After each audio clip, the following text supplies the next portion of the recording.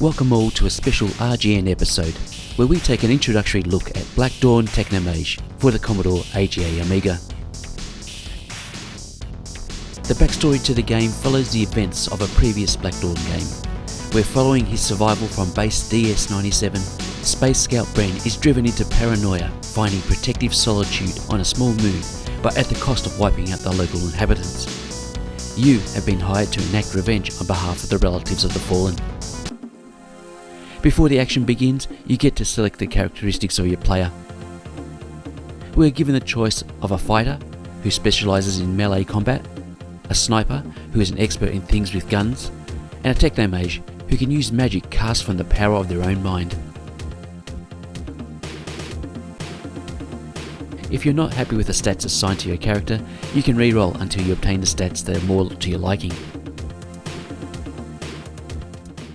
After this, we're straight into the game.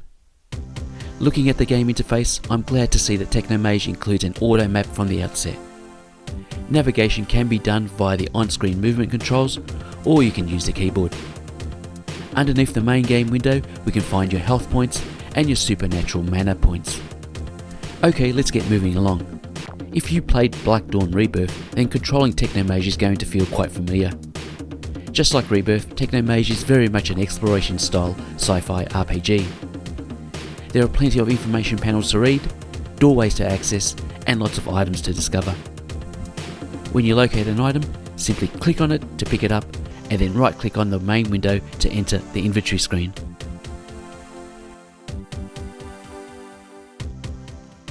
To equip your player with a weapon, simply drag it across into either the top left or top right panel of this screen. And while you're here, you can access a secondary screen that will provide you a summary of your current stats and allow you to save and load your game progress. Blackdawn Technomage does feature a number of switch tile puzzles, with clues being provided by the information panels littered across the complex.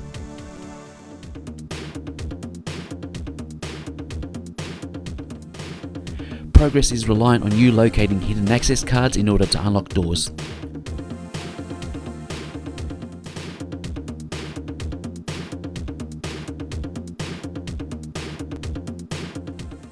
The first level is set at a casual difficulty with minimal combat events, but this starts to pick up as you move on to the second level.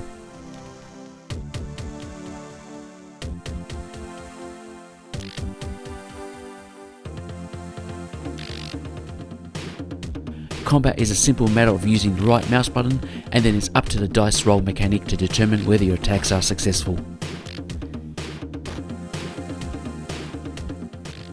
As you delve deeper into the game, you'll be faced with tougher enemy opponents for you to take on.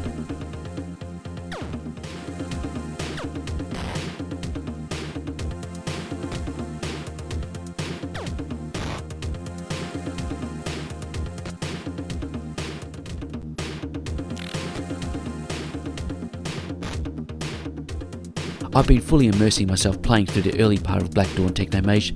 It is quite easy to pick up and play, and the switch-based puzzles have not been too obtuse to solve so far.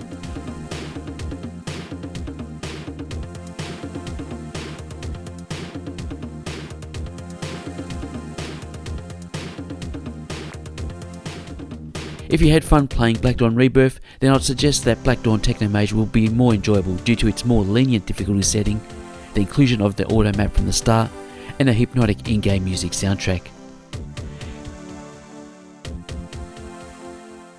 Blackdawn Technomage for AGA Amiga machines is being distributed via BitmapSoft, and includes a great looking collector's edition that includes a mouse mat and a drink coaster.